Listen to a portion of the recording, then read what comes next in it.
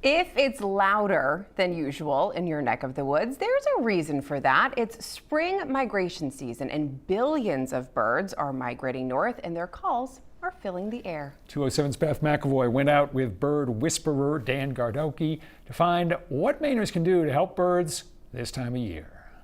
Yeah, so the morning news during migration is who's here, who's alive, who's singing. For Dan Gardoqui's highly trained ear, listening to the sounds of the morning tells him all he needs to know about the birds around us. There's a robin over there. We do this little, oh, there's a red-bellied woodpecker. That brr, brr, that little tiny, that's this little bird called a kinglet. This time of year we have ruby-crowned kinglets migrating through. They're one of our smallest songbirds. They weigh about 6 M&Ms.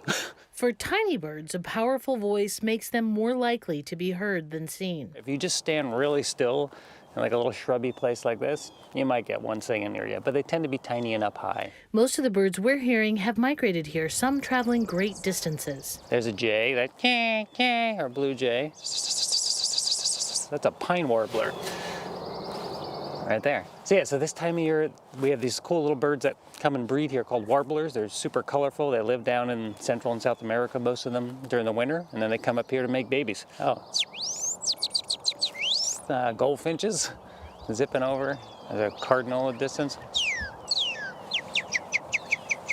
Many are just passing through as they continue north. This time of year, spring migration, in northern New England, we're probably looking at an average, of like 150,000 birds a night, I believe, are migrating through the state. Most songbirds migrate at night when there's typically less wind, cooler temperatures, and fewer predators. And so now they're feeding like crazy early in the morning. And that's why getting out early in the spring, you're more likely to see a lot of bird activity.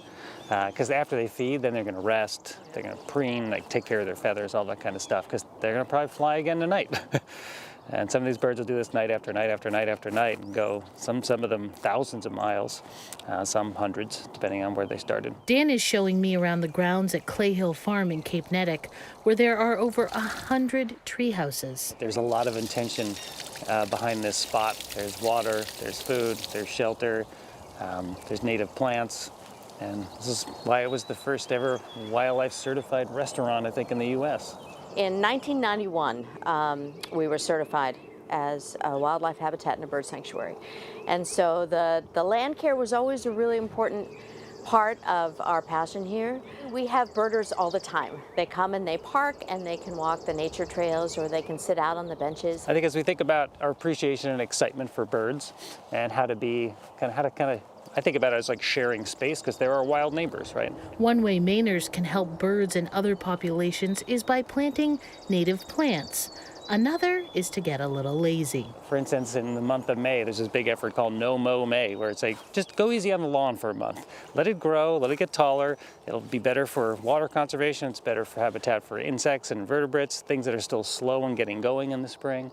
Some of these are really handy too, because you can be a little lazier. And if you want to put up things like bird houses, bat houses, and even bee houses for native bees, those are all really great things to do. Dan recommends sanitizing bird houses and bird feeders to prevent the spread of disease. Cats are responsible for probably over 2 billion bird deaths a year in the U.S. and probably closer to 10 million mammal deaths.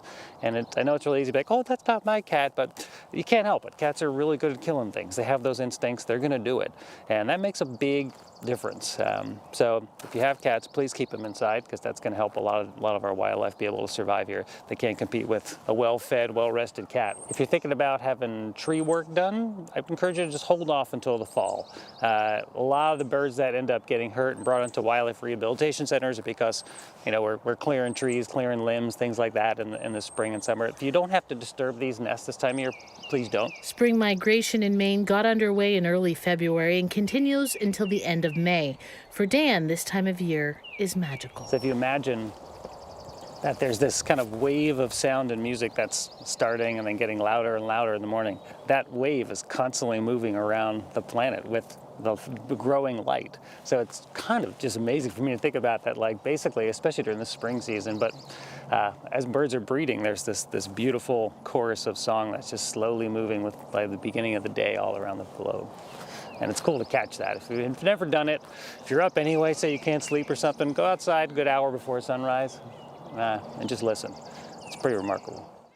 And one other bit of advice, Dan Gardoqui says if you see a baby bird on the ground, don't rush to try to help it unless you see that there's a direct threat. Yeah, he says generally bird parents are really good at fixing what's wrong, and often birds found on the ground have just fledged the nest. But I'm so relaxed after that story too. That was great.